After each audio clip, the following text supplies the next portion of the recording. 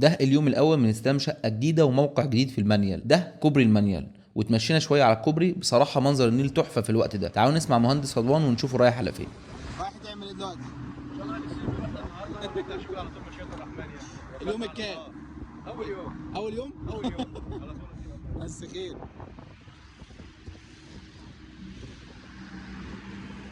دي العماره اللي هنشتغل فيها، وهناك كده مسجد صلاح الدين. المسجد بصراحه شكله تحفه وتفاصيله هوريها لكم كمان شويه لما ننزل نصلي. خلي بالكم المانيال بيبقى زحمه جدا، بالذات المكان اللي احنا فيه ده. احنا بنركن اصلا بالعافيه، هيبقى صعب قوي في موضوع التشوينات وازاله ناتج المخلفات اللي هتنزل من الشقه. ركبنا الاسانسير ومش متخيل هو صغير قد ايه. انتوا شايفين حتى السلم قد ايه؟ ربنا موسعها عليكم، ما تكبروا الاسانسير شويه. دخلنا الشقه وحاتم كان بيكسر بهيلتي فما كانش سامعنا واحنا بنخبط.